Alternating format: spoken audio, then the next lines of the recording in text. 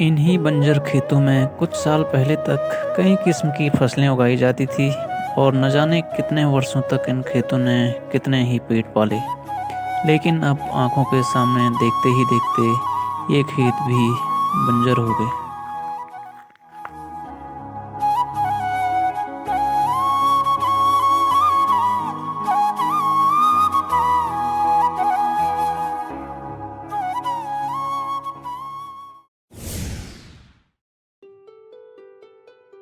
Hello दोस्तों, स्वागत है आपका मेरी एक नई वीडियो में। तो जैसा कि आप जानते हैं कि उत्तराखंड में पलायन की समस्या काफ़ी बड़ी हो गई है यहाँ पर, और आए दिन गांव के गांव खाली होते जा रहे हैं और इसी समस्या का हर दिन कोई ना कोई शिकार हो रहा है। और इसमें अभी मुझे भी यहाँ शहरों की तरफ आना पड़ रहा है, क्योंकि गांव में सबसे बड़ी जो समस्याएं हैं वो हैं रोजगार, शिक्षा और स्वास्थ्य। तो इनकी कमी के चलते गांव के नौजवानों को, खासकर यंगस्टर को, शहरों की तरफ पलायन करना पड़ता है और नौकरी खोजते खोजते उन्हें यह भी देखना पड़ता है कि घर परिवार को कैसे चलाए रखें। तो उसके लिए काफ़ी लोग तो अपने परिवार के साथ ही शहरों में सेटल होते जा रहे हैं, और पहाड़ों में खेती भी उतनी अच्छी प्रकार से नहीं हो पा रही है। खेती हो भी रही है तो उसको या तो जंगली जानवर नष्ट कर देते हैं, और या तो बारिश, आंधी, तूफान जैसे प्राकृतिक आपदाओं में फसल काफ़ी ज़्यादा बर्बाद हो जाती है। तो इसी के चलते हमें भी अब शहरों की तरफ पलायन करने के लिए सोचना पड़ रहा है, और उम्मीद है कि इसके ऊपर सरकार कुछ ठोस कदम उठाएगी और इसको रोका जाएगा। नहीं तो ये समस्या काफ़ी ज़्यादा बढ़ गई है, और इसके पीछे कहीं ना कहीं कोई मूल कारण रह गया है, जिससे कि इतना ज़्यादा आजकल पलायन हो रहा है। और उत्तराखंड के ज़्यादातर आप देखते होंगे कि नौकरियों के जो क्षेत्र हैं उनमें या तो आर्मी है और या तो होटल लाइन है। तो इनके अलावा आपने काफ़ी कम जानकारियां सुनी होंगी कि कहीं पर नौकरी लगी है किसी की। इसके बारे में यह ध्यान देने वाली बात है कि अभी भी पहाड़ों में काफ़ी लोग नौकरी की ही तलाश में एक राज्य से दूसरे राज्य और दूसरे राज्य से तीसरे राज्य जाते रहते हैं, और साथ ही साथ काफ़ी सारे लोग तो अपना देश छोड़ के ही बाहर के देशों में नौकरी कर रहे हैं। तो ये काफ़ी बड़ा जो कारण है पलायन का, इसको सरकार को रोकना चाहिए और इस पर विचार विमर्श करना चाहिए। और एक बात और हम कहना चाहेंगे दोस्तों कि अपना गांव सभी को प्यारा लगता है, अपना घर परिवार के साथ रहना सभी को अच्छा लगता है। तो जो ये समस्याएं हमने आपको बताई हैं, इन्हीं के चलते सरकार इन पर कुछ कदम उठाए तो अच्छी बात है। नहीं तो इंसान का जो पूरा जीवन है, जब उसे परिवार के साथ रहना पड़ता है, तब वह नौकरियों की तलाश में जगह जगह भटकते रहते हैं, और नौकरी मिल भी गई तो सालों साल बाद अपने घर वापस लौट आते हैं, और कभी कभार एक आध दिन, 2 दिन, 4 दिन ऐसे ही परिवार के साथ गुजारते हैं और फिर अपनी नौकरियों पर चले जाते हैं। तो ऐसी नौकरियों का भी क्या फ़ायदा, सिर्फ और सिर्फ गधे की तरह नौकरी करने पर लगे हैं।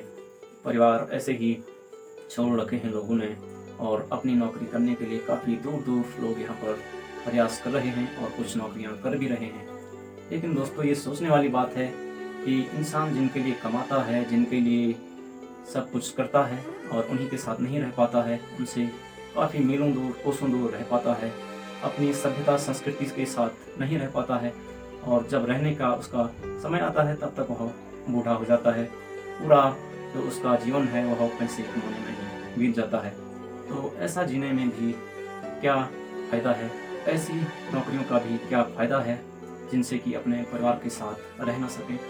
तो इसी के चलते हमें भी यह सरकार से निवेदन करना पड़ रहा है कि कुछ इस प्रकार की व्यवस्थाएं की जाएं कि जिससे हमारे राज्य के या किसी भी राज्य के यंगस्टर हो या कोई भी हो, उन्हें जॉब की तलाश में दर दर भटकना ना पड़े, या अपने ही राज्य में वहाँ पर उसे नौकरी मिल पाए। तो ऐसी हमारी प्रार्थना है। तो हमारी उत्तराखंड की सरकार से रिक्वेस्ट है कि उत्तराखंड के शिक्षा, स्वास्थ्य और रोजगार पर कुछ ठोस कदम उठाएं और इनसे निपटने के लिए कोई अच्छी व्यवस्था बनाएं। इसी से उत्तराखंड में जो पलायन नामक बीमारी है उसका खात्मा होगा। धन्यवाद।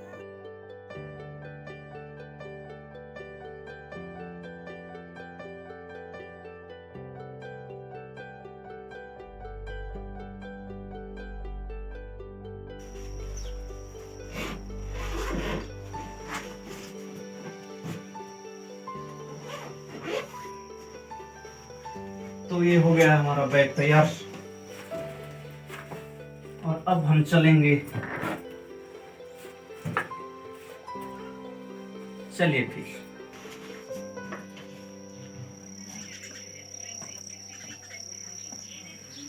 तो चलो फिर चलते हैं।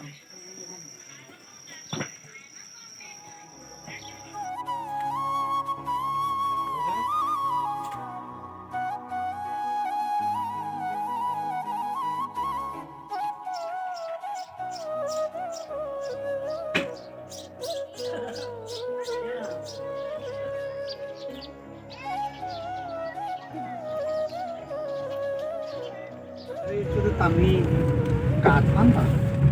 Wena, waktu lagi orang kami, waktu dia mah,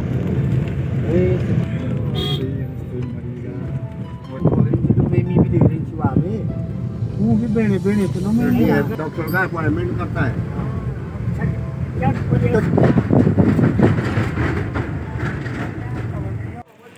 तो यह है नारायणगढ़ का स्टॉप।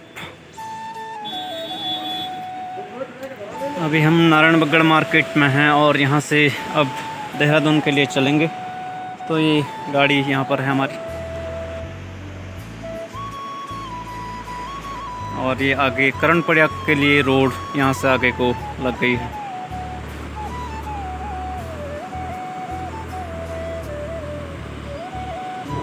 वो भी तेरा यार मी डॉक्टर आमना करे लो खाने हमें खाने नहीं तो मिले अभी नहीं है उधर।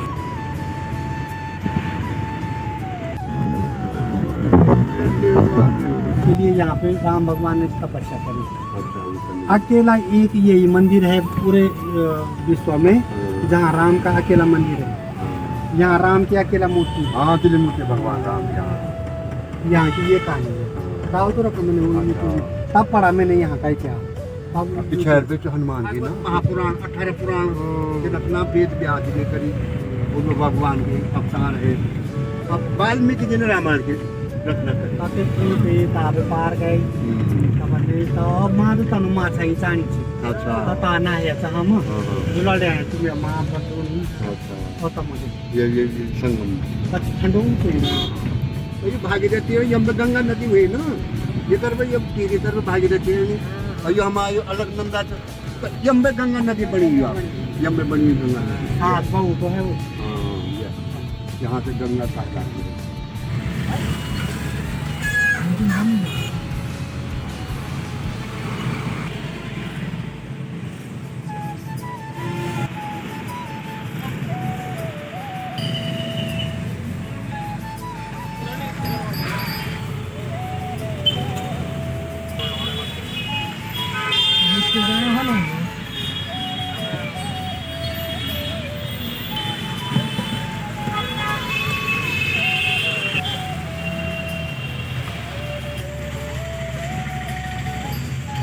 आज का खाना होटल से पैक करके ले जाऊंगा। तो मिलते हैं नेक्स्ट वीडियो में।